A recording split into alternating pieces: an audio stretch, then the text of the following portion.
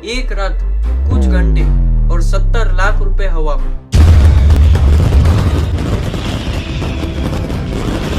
जी, थोड़ा सा अपनी जिंदगी के बारे में बताएं कि आज यहाँ 15 सेक्टर के नीचे जो बैठे हैं अपना ये वेइंग मशीन लेकर, यहाँ तक कैसे पहुंचे? सुबह की चाय के पत्ती से लेकर रात के खाने के तेल तक का आप टैक्स दे रहे हैं। आपका पैसा सिर्फ आसमान में धुआं बनकर उड़ रहा है। नमस्कार दोस्तों, आज हम एक ऐसी हकीकत पर बात करेंगे जो आपके बटुए से शुरू होकर सत्ता के गलियारों तक जाती है। क्या आपने कभी यह महसूस किया है कि आप सुबह उठकर और शाम के ढलने तक सरकार के लिए काम कर रहे हैं? सुबह की चाय के पत्ती से लेकर रात के खाने के तेल तक का आप टैक्स दे रहे हैं, लेकिन क्या उस टैक्स के बदले में आपको वो मान सम्मान मिल रहा है जो एक नेशन बिल्डर को मिलना चाहिए? या फिर आपका पैसा सिर्फ आसमान में धुआं बनकर उड़ रहा है?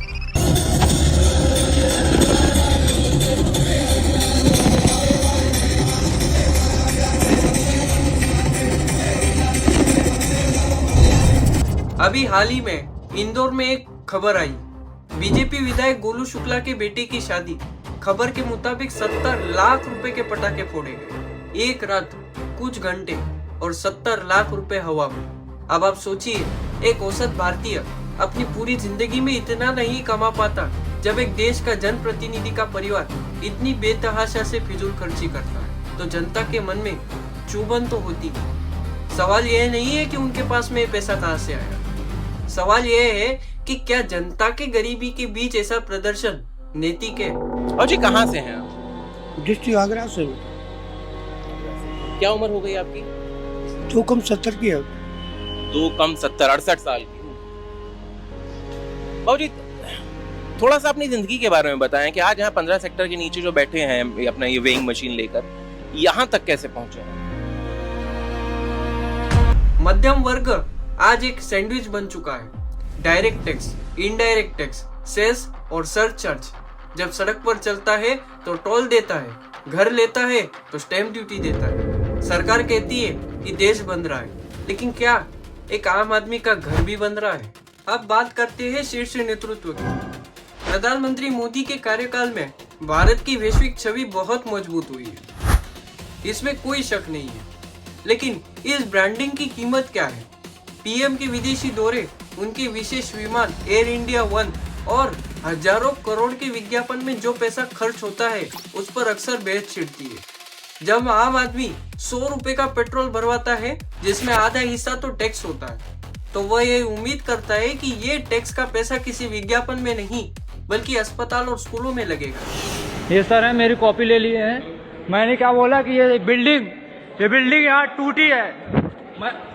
हाथ नहीं लगाना, हाथ नहीं लगाना। इतने सारे बच्चे बैठे हुए हैं, कोई नहीं बोल रहा है कि एग्जाम में ये बिल्डिंग टूट सकती है। मैंने बोला बिल्डिंग टूट सकती है तो ये एग्जाम ले लिए।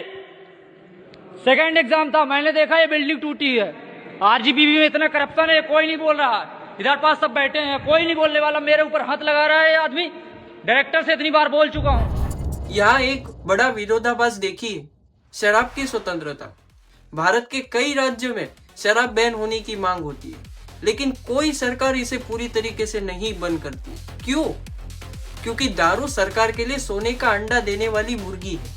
जब कोविड था तो सब कुछ बंद था, तब भी शराब के ठेके खुले थे। एक तरफ हम संस्कारी भारत की बात करते हैं और दूसरी तरफ हमारे देश की अर्थव्यवस्था इस पर टिकी है कि कितने लोग शराब पिए ताकि टैक्स आए।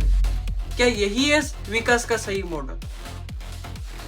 यहाँ सिर्फ एक पार्टी की बात नहीं हो रही, यह पूरे सिस्टम का वीआईपी कल्चर है।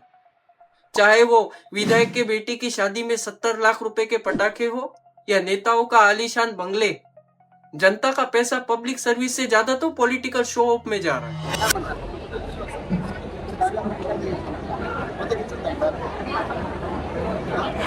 दोस्तों, इस वीडियो का मकसद किसी की निजी खुशी में खलल डालना नहीं है, लेकिन जब समाज में असमानता इतनी बढ़ जाए कि एक तरफ लोगों की बेरोजगारी से परेशान हो और दूसरी तरफ सत्ता से करीब रहने वाले लोग करोड़ों रुपए धुएं में उड़ा दे, तो लोकतंत्र कमजोर हो जाता है। हमें सोचना होगा कि क्या हम सिर्फ टैक्स देने वाली मशीन बनकर रहेंगे। लेकिन इसका समाधान क्या है? समाधान है सवाल पूछना। अपनी स्थानिक सरकार से पूछिए कि बजट कहाँ खर्च हो रहा है। वोट देते समय धर्म और जाति से ऊपर उठकर शिक्षा, स्वास्थ्य और पारदर्शिता पर बात कीजिए। जब तक हम नेताओं को भगवान मानकर उनकी फूल खर्ची पर तालियां बजाएंगे, तब तक आम आदमी का शोषण ही होगा और कुछ नहीं होने वाला। इंदौर की वह न्यूज सिर्फ एक खबर नहीं, एक आईना है। आईना हमारे सिस्टम का और हमारी चुप्पी का। चुनाव में कोई मुद्दा नहीं है, मेरा अपना एक पर्सनल मुद्दा है। मुझे पैसा कमाना, इन्वेस्ट करना है और विधायक बन के अपनी जो सारी सुविधा है वो खड़ी करनी है। ब्लूप्रिंट क्या है? ब्लूप्रिंट में आपको कैमरे पे अभी कैसे बताऊं, ये तो बहुत ही निजी चीज है। आपको क्या लगता है, क्या नेताओं की ऐसी शादियों पर खर्च की कोई सीमा नहीं होनी चाहिए? कमेंट में अपनी राय जरूर लिखिए। अगर वीडियो पसंद आए तो इसे शेयर करें ताकि और भी लोग जागरूक हो। धन्यवाद। वंदे मातरम। उसकी बीवी हमको परेशान करती थी वहाँ नागलोई। मैं नागलोई छोड़ के नोएडा खोड़ा गांव, खोड़ा कॉलोनी में आया हूँ 12-13 साल से। हमको पता नहीं वो कहाँ रहते हैं, कोई मतलब नहीं उनसे। हम और आंटी है, आंटी का पालन पोषण कर रहा हूँ। अभी कैंसर हो गया था उनको गाल में, कोई चीज़ भी नहीं खाती थी, पता नहीं कैसे हो गया। उनका ऑपरेशन कराया मैंने सरकारी में, वो अब ठीक है। बड़ी बूढ़ी है, चल फिर नहीं पाती है, थोड़ा कमजोरी आ गई है, घर पे ही रहती है वो। मेरी प्रकृति है, मैं हर चुनौती को चुनौती देता हूँ। और मोदी जी ने अपना सपना पूरा करते हुए अब इंडिया को एयर पोल्यूशन में वर्ल्ड लीडर यानी विश्वगुरु बना दिया है। So in 2024, IQAir released their annual list of the world's most polluted cities. You know what's crazy? Out of the 100 most polluted cities globally, 94 are in India. 94.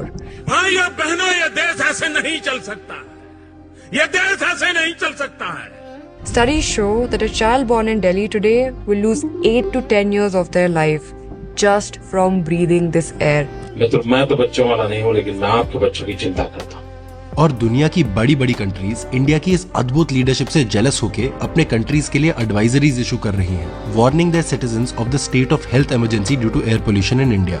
जी, तो क्या मैं ये कह सकता हूँ कि हेल्थ इमरजेंसी का वक्त है, ये आपातकाल जैसी स्थिति है, सीरियस होने की जरूरत है हम सबको। ऐसा इतना कोई चिंता, मतलब आपातकाल है और ये है, कोई एकदम से किसी को घबरा देना ऐसा भी नहीं है। टेंशन मत रखिए ऐसी चीजों का। ये